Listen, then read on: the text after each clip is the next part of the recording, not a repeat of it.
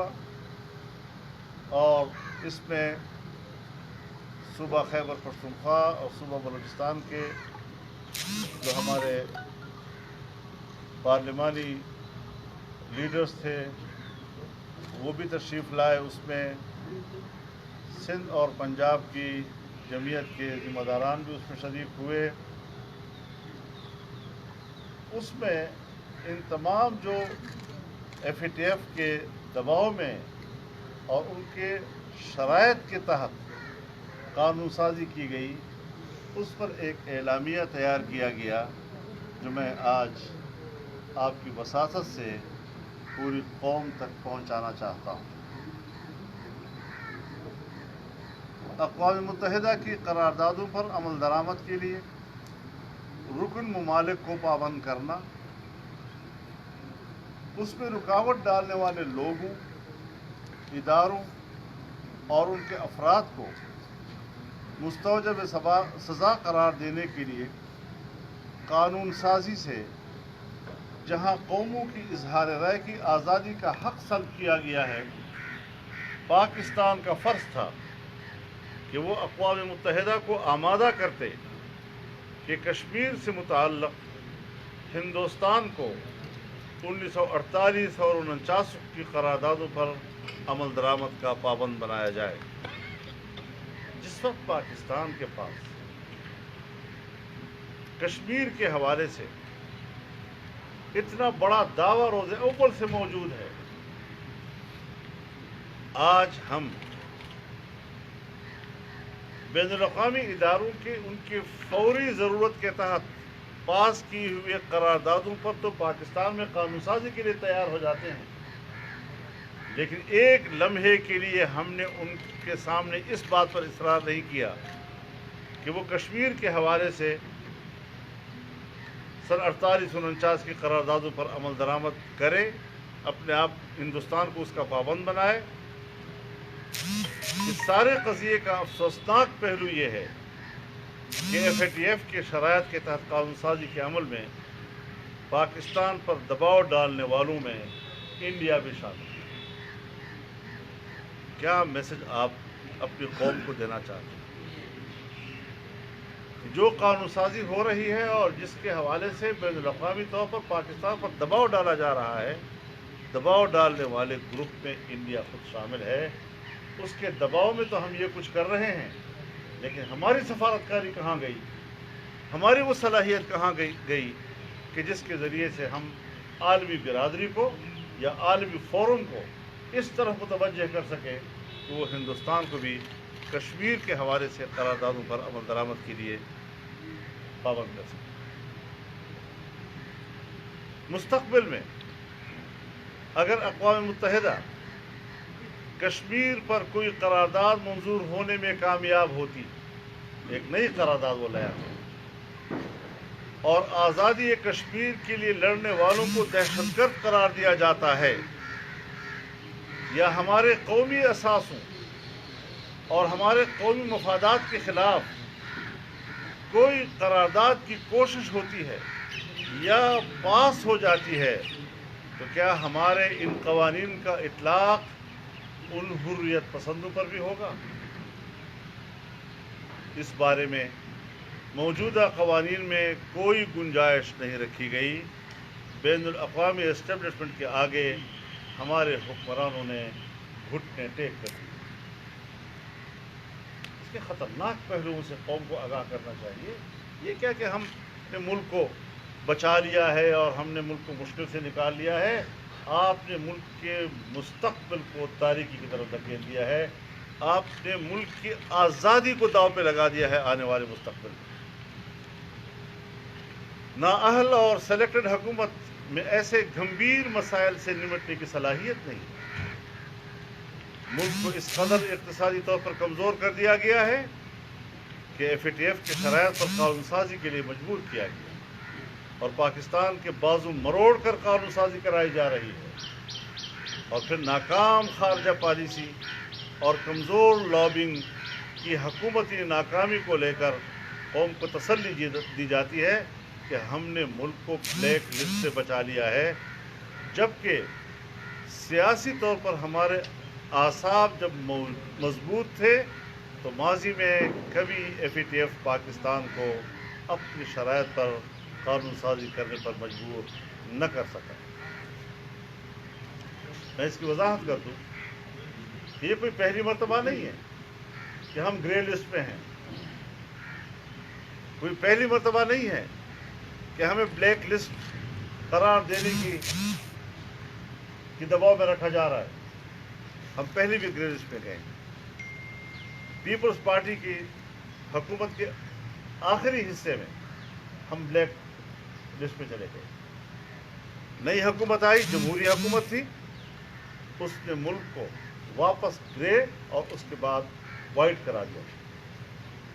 White list پہ ہم آ گئے تھے اور 2018 تک ہم وائٹ لسٹ پہ تھے.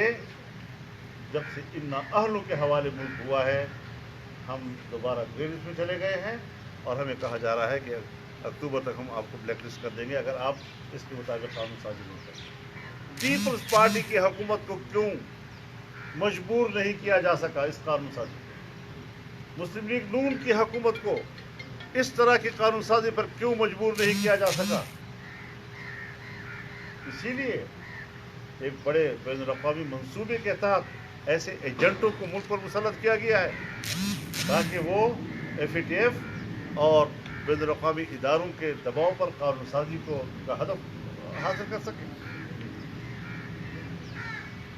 ماضی میں بھی پاکستان گرے لسٹ میں ہونے کے باوجود پاکستان کو اس قانون سازی پر مجبور نہیں کیا جا سکا، بلکہ اس وقت 2015 میں جمہوری حکمرانوں نے ملک کو بلیک لسٹ سے وائٹ لسٹ میں لے آئے. ایشیا پیسیفک گروپ کی پابندیوں کا بھی مقابلہ کیا گیا اور ان کو بھی پاکستان سے پابندیاں اٹھانے پر مجبور کیا گیا. کشمیر، بلوچستان اور افغانستان میں انڈیا کی مداخلت کو ہمیشہ نظر انداز کیا گیا جو ہماری سفارتکاری کی ناکامی کا منہ بوتا ثبوت ہے. ہم زبانی باتیں کرتے ہیں کہ انڈیا بلوچستان میں مداخلت کر رہا ہے، انڈیا کشمیر میں ظلم کر رہا ہے، انسانی حقوق کو پامال کر رہا ہے، ناجائز قبضہ جمائے ہوئے ہے. افغانستان میں انڈیا کا رول پاکستان کی مخالفت میں، اس کی وہاں پر کارکردگی، وہاں تو ہم مکمل طور پر سفارتکاری کے میدان میں ناکام ہو چکے ہیں. تو ہمارے مفادات کا آپ تحفظ نہیں کر سکتے. ایک آخری پیشہ آپ نے اس پر چلا لیا تو ملک کے اندر آپ نے ایسی قانون سازی کر لی کہ جس سے پاکستان آنے والے مستقبل میں وہ آزادی سے کوئی فیصلہ بھی نہیں کر سکے گا. حال ہی میں ہماری سفارتکاری کا حال دیکھیے کہ حال ہی میں پاکستان نے 4 بھارتی شہریوں کی دہشت گردی کے خلاف اقوام متحدہ میں متعدد بار کیس دائر کیا، مگر ہم ٹھوس شواہد پیش کرنے میں ناکام ہوئے اور پاکستان کو سختی کا سامنا کرنا پڑا. یہ اس حکومت کی کارکردگی ہے.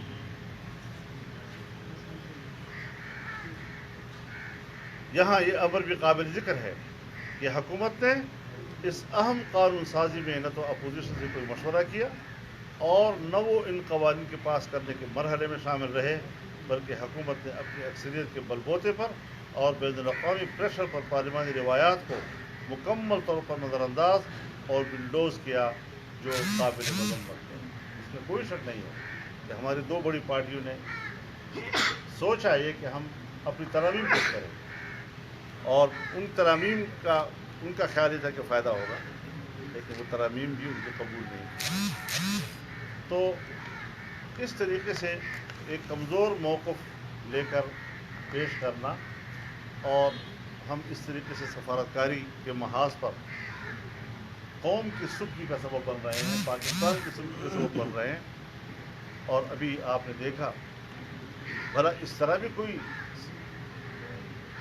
آپ خارجہ پالیسی طے کرتے ہیں کہ ابتدا دن کے بغیر کسی شرط کے ہر میدان اور ہر محاذ پر آپ کا دوست سعودی عرب جو ہر مشکل میں آپ کے ساتھ کھڑا رہا ہے، جو بھی حالات اس کے اوپر گزرے ان کی بھی مفادات ہوتے ہیں، لیکن جب پاکستان کا مسئلہ آتا ہے تو وہ آپ کے ساتھ کھڑا ہے۔ اس حکومت نے آج سعودی عرب کو بھی ناراض کیا۔ سی پیک کا مسئلہ جو پاکستان کی ترقی کی علامت تھا، اس پر چین کو ناراض کر دیا۔ ہمیں کہاں کا چھوڑا ہے ان لوگوں نے؟ اور آج جو قانون سازی ہو رہی ہے، جو پاکستان کے نظام میں اس قوم کی غلامی کی علامت بن سکتا ہے آنے والے مستقبل میں، یہ بھی کر گزرے، جیسے ان کا ایجنڈا ہی یہی تھا کہ اس ملک کو کس طرح ہم بین الاقوامی غلامی کی طرف دھکیل سکتے ہیں۔ اس ایجنڈے کی تکمیل کے لیے وہ اپنا سب کچھ کر رہے ہیں۔ لہذا ہم اپنی پوزیشن بڑی واضح رکھتے ہیں کہ ہمارا اختلاف بڑا اصولی ہے، اور ہم نے ان کے خلاف جو موقف لیا ہوا ہے، آئے روز بروز ہمارا موقف صحیح ثابت ہوتا جا رہا ہے، عام آدمی پر یہ بات واضح ہوتی چلی جا رہی ہے، اور ہم اس حوالے سے بھی قوم کو اندھیرے میں نہیں رکھنا چاہیں گے۔ آنے والے دنوں میں بھی ہم ان کی اس حقیقت کو تشدد کریں گے تاکہ قوم کو گمراہ نہ کیا جا سکے، اور ہم ایک باعزت قوم کے طور پر اپنا مستقبل طے کر سکیں۔ مولانا یہ بتائیے گا کہ آپ نے تو حکومت کے اوپر الزامات لگا دیے کہ مشاورت نہیں کرتی، اپوزیشن کی جماعتیں جو آپ لوگ اکٹھے بیٹھتے ہیں، پھر وہی لوگ جا کے کندھا بھی فراہم کرتے ہیں اپنا حکومت کو، ان کے بارے میں آپ کا کیا خیال ہے؟ اور ایک اے پی سی ہونی تھی، رہبر کمیٹی کا اجلاس ہونا تھا، اس کا مستقبل کیا ہے؟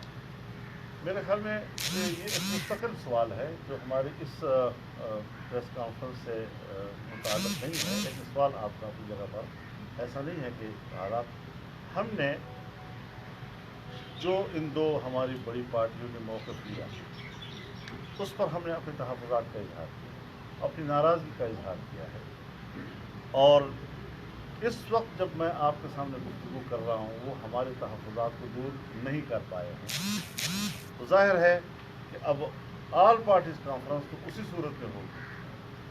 البتہ اپوزیشن کے جن جماعتوں کو مسلسل نظر انداز کیا گیا ہے، ہم مسلسل رابطے میں بھی ہیں، اور ہم مزید بھی اپنی باہر مشاورت کی طرف آگے بڑھیں۔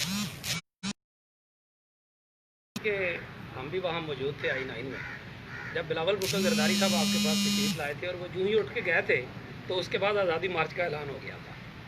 کل کی جو آپ کی میٹنگ ہے، کیا اس میں کوئی فیصلہ ہوا یا اس پہ کوئی مشاورت ہوئی یا کوئی رائے دی کہ ایک مرتبہ پھر جو ہے وہ JUI اکیلے میں یہ تحریک جو ہے وہ چلا دے اگر یہ نہیں بھی آتے ہیں؟ تو اب تک کی جو سچویشن ہے یہ بالکل وہی فیز ہے جس طرح اس وقت کا تھا۔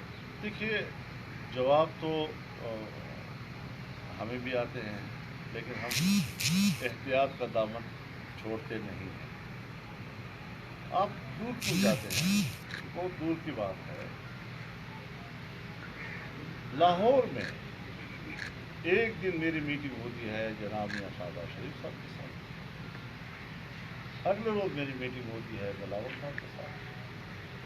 دونوں پارٹیوں سے اس بات پر اتفاق ہوتا ہے کہ ہم نے عید کے فوراً بعد رہبر کمیٹی کا اجلاس کرنا ہے، وہ تجاویز جو طے کر لیں گی اس کو ایجنڈا بنائیں گے ہم APC کا۔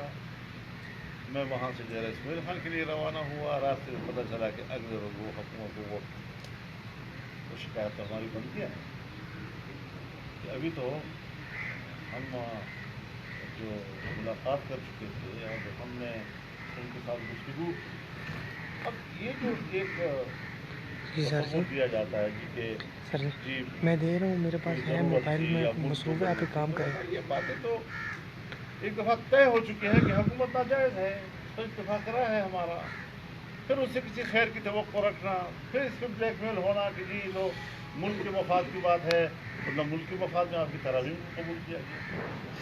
ایک طرف آپ ان کے ساتھ مفاہمت کا یہ عمل شروع کرتے ہیں، دوسری طرف آپ کے مریم نواز کے ساتھ لاہور میں کیا ہوتا ہے جی؟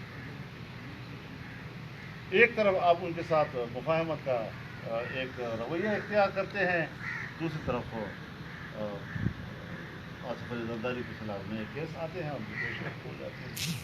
تو میں نہیں سمجھتا کہ ان رویوں کے ساتھ وہ کوئی جمہوریت کی خدمت کر سکیں گے۔ ہم اس بات کے متمنی ہیں کہ ہم آپس کے ان تحفظات کو دور کریں اور بالکل ایک یکسوئی کے ساتھ، کلیئر مائنڈ کے ساتھ ہم ایک ہو کر واضح لائے عمل اختیار کریں